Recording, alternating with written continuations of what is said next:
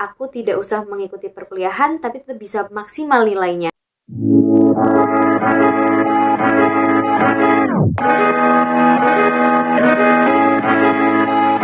Hai guys, welcome back to my YouTube channel. Perkenalkan, nama aku Jasmine. Aku suka banget sharing tentang perkuliahan dan pengembangan diri.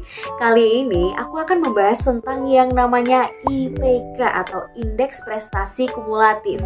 Mungkin di antara kalian masih banyak yang bingung nih tentang apa sih itu Indeks Prestasi Kumulatif, atau mungkin kalian adalah mahasiswa baru yang sedang meraba-raba dengan istilah di perkuliahan. Jadi video ini tepat untuk kalian, apalagi kalau kalian adalah mahasiswa ambis yang pengen memaksimalkan IPK-nya, maka kalian juga harus menonton video ini sampai habis karena aku punya beberapa tips yang sudah aku lakukan sehingga aku mendapatkan IPK cum laude saat lulus.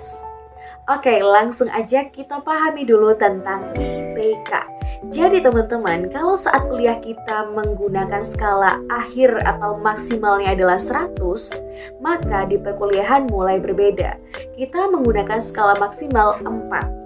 Jadi IPK itu adalah nilai akhir hasil akumulasi dari IP atau indeks prestasi. Ketika kita menyelesaikan satu semester, maka kita akan mendapatkan yang namanya IP. Dan ketika kita menyelesaikan semester-semester selanjutnya, maka hasil ratanya akan menjadi IPK. Nah, bagaimana cara untuk mendapatkan nilai IP ini? Dari mana kita bisa menghitungnya dan memperkirakannya?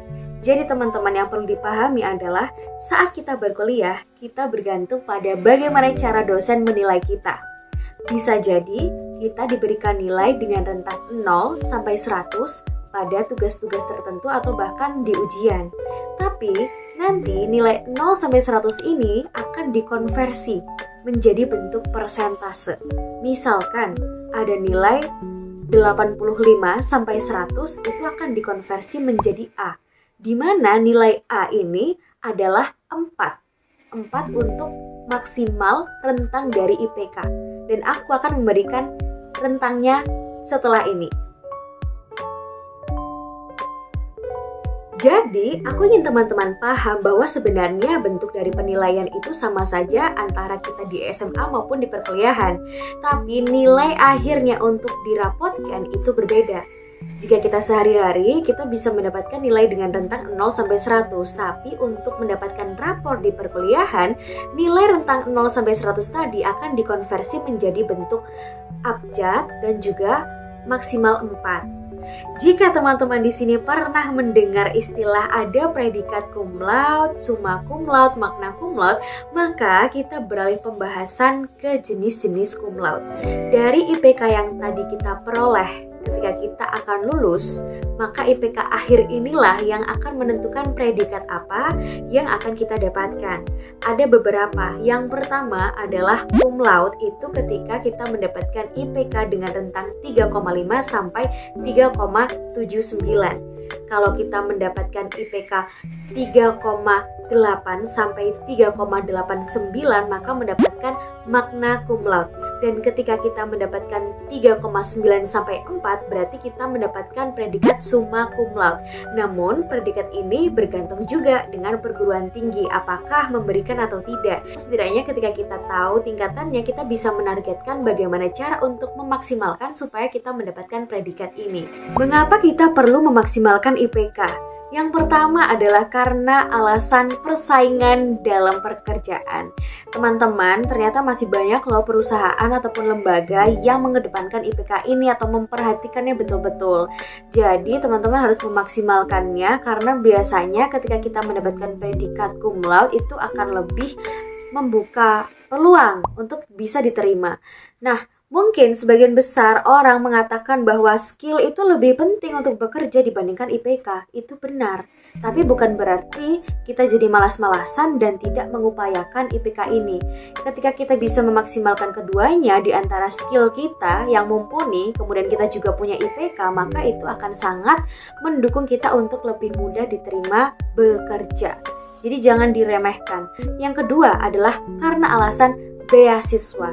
Dengan IPK yang baik, kita lebih mungkin untuk diterima menjadi awardee karena beberapa beasiswa itu ada minimal atau syarat IPK-nya. Kalau misalkan ternyata di antara persyaratan tersebut sebenarnya teman-teman bisa diterima, kemudian hanya karena IPK-nya kurang, jadi teman-teman nggak bisa mendapatkan kesempatan yang lebih besar untuk diterima, maupun memperkecil kesempatan untuk diterima di perguruan tinggi yang lebih baik. Makanya di sini aku akan share bagaimana tips untuk memaksimalkan IPK. Sekarang aku akan bahas tips yang pertama. Aku akan baca karena aku sudah bikin postingannya juga di Instagram. Siapa sih yang nggak pengen IP-nya kumlot dan juga bagus? Nah, cara yang pertama adalah cari dosen yang murah nilai. Percaya atau tidak bahwa penilaian yang ada di perkuliahan itu juga ditentukan loh sama dosen. Kadang-kadang ada yang kita tuh udah effort banget di kuliah, tapi ternyata dosennya killer ataupun nggak murah nilai sehingga nilai kita nggak maksimal juga. Jadi teman-teman bisa menentukan dosennya saat KRS-nya nggak dipaketin ya. Maksud dari dipaketin ini adalah kadang kita itu sudah ditentukan dosen siapa yang harus mengajar kita. Tapi terkadang di KRS atau dalam rencana studi kita bisa memilih dosen sesuai dengan yang kita mau. Jadi teman-teman harus riset siapa saja sih dosen-dosen yang mungkin memberikan nilai baik. Yang kedua, jadilah mahasiswa yang aktif. Mungkin kita banyak yang sebel ya kalau ada anak itu yang nanya mulu gitu. Tapi percayalah bahwa dosen itu bisa melihat kualitas kalian dari pertanyaan yang kalian ajukan. Menjadi mahasiswa aktif di sini itu bukan berarti harus nanya terus, tapi kalian juga bisa menyanggah, bisa mengambil kesempatan di mana kalian bisa memberikan hasil pemikiran kalian bisa berdiskusi secara aktif, dan ini akan membuat kalian bisa lebih ternotis dengan dosen sehingga bisa menilai kualitas pemikiran kalian. Nah, terkadang ada juga sih penilaian itu yang masih bergantung dengan nilai keaktifan, tapi ada juga penilaian di kelas yang hanya bergantung dari nilai ujian. Ketika penilaiannya itu memang diterangkan dari awal bahwa keaktifan itu juga penting, maka target kalian adalah menjadi aktif. Minimal 1 kalilah bertanya dalam 1 pertemuan. 3. Ikut proyek payung penelitian. Tidak hanya menunjukkan performa kalian di kelas, tapi kalian juga bisa loh mengeksplorasi diri di luar kelas.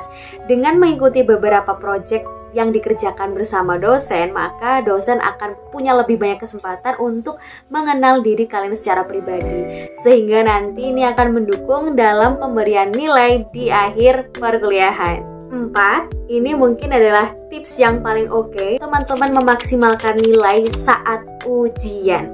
Ketika kita benar-benar memperhatikan perkuliahan, maka persentase nilai dari tugas dan juga ujian itu berbanding terbalik loh. Jadi kalau untuk yang tugas itu persentasenya lebih rendah dibandingkan nilai ujian. Jadi aku pribadi tidak akan membuang banyak waktu untuk memaksimalkan tugas. Aku tetap mengerjakan tugas dengan baik, tapi aku lebih memaksimalkan energiku untuk belajar dan memaksimalkan nilai ujian. Misalkan ada UAS, ada UTS, itu adalah waktu untuk kita bisa benar-benar dapat bobot penilaian yang tinggi, sehingga dari situ nanti IPK kita juga akan bagus. 5. Memaksimalkan program konversi nilai. Tahu nggak teman-teman bahwa program Merdeka Belajar itu membuka kesempatan bagi kita untuk tidak usah ikut kuliah tapi tetap bisa dapat nilai A. Dengan cara apa? Dengan cara kita menyelesaikan kurs ataupun magang atau asistensi mengajar dan sebagainya, apapun itu yang bisa dikonversi menjadi nilai untuk setiap SKS perkuliahan kita. Nah, aku sendiri bisa mendapatkan nilai yang bagus itu karena aku mengikuti beberapa program MBKM, dan di sini perlu diatur juga ya teman-teman untuk strategi jumlah SKS yang dikonversi sendiri. Jadi terkadang kita terlalu banyak mengambil SKS sehingga kita nggak bisa manage pembelajarannya, dan lebih baik teman-teman menyesuaikan diri dengan kapasitas kalian. Kalau ternyata kalian ngerasa nggak lebih baik dengan mengambil banyak SKS, maka teman-teman bisa ambil secukupnya. Oke teman-teman, mungkin itu pembahasan mengenai IPK dan bagaimana cara untuk memaksimalkannya. Semoga bermanfaat, dan jika ada pertanyaan kalian bisa drop di kolom komentar. Bye-bye!